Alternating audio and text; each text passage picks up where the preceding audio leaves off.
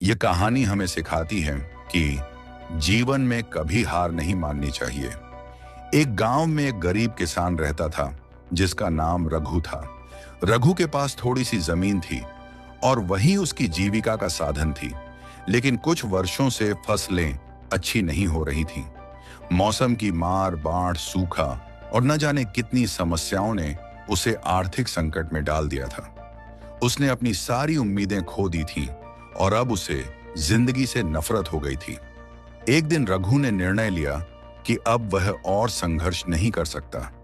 उसने अपने जीवन को समाप्त करने का निश्चय कर लिया। अपनी आत्महत्या की योजना बनाते हुए वह गांव के पास बहती नदी की ओर चल पड़ा।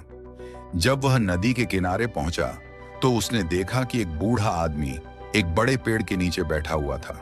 बूढ़े आदमी के चेहरे पर शांति और संतोष झलक रहा था। रघु ने सोचा, यह आदमी यहां क्या कर रहा है?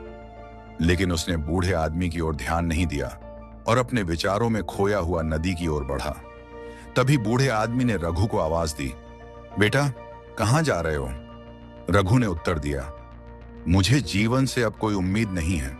मैं अपनी जिंदगी खत्म करने जा रहा हूं। बूढ़े आदमी ने उसे पास बुलाया और पूछा, तुम्हारी क्या समस्या है? क्यों तुम अपनी जिंदगी खत्म करना चाहते हो? रघु ने अपने सभी दुखों और परेशानियों की कहानी बूढ़े आदमी को सुनाई।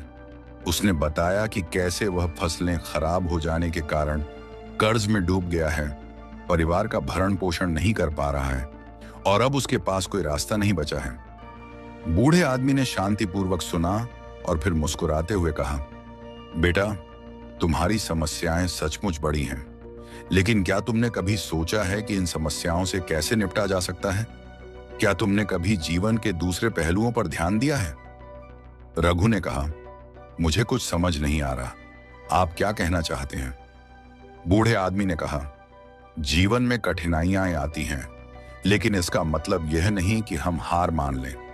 मैंने भी जीवन में बहुत सी कठिनाइयां देखी हैं, लेकिन मैंने उनसे लड़ना सीखा है।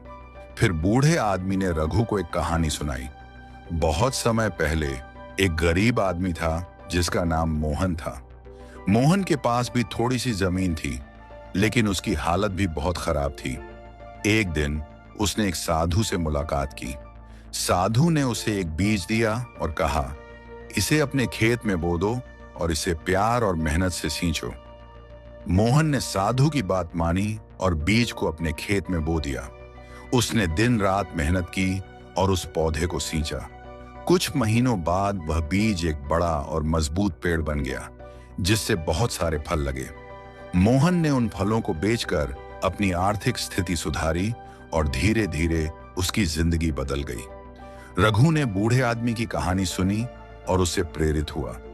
बूढ़े आदमी ने उसे समझाया कि जीवन में हार मान लेना कोई विकल्प नहीं है।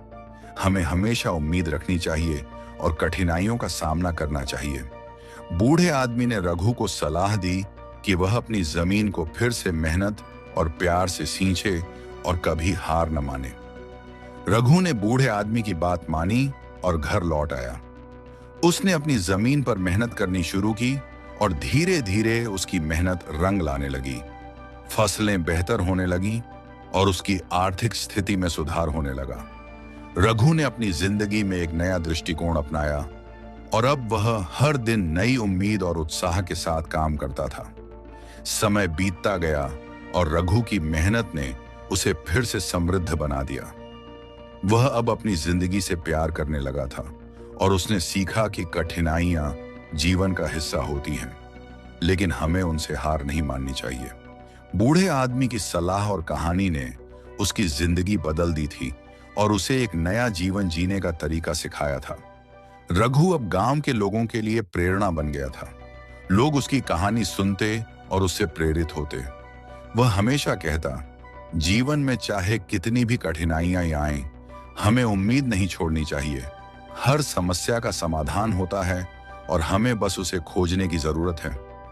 इस तरह रघु ने जिंदगी से नफरत करने के बजाय उसे जीना सीखा और दूसरों को भी सिखाया कि जीवन कितना अनमोल है।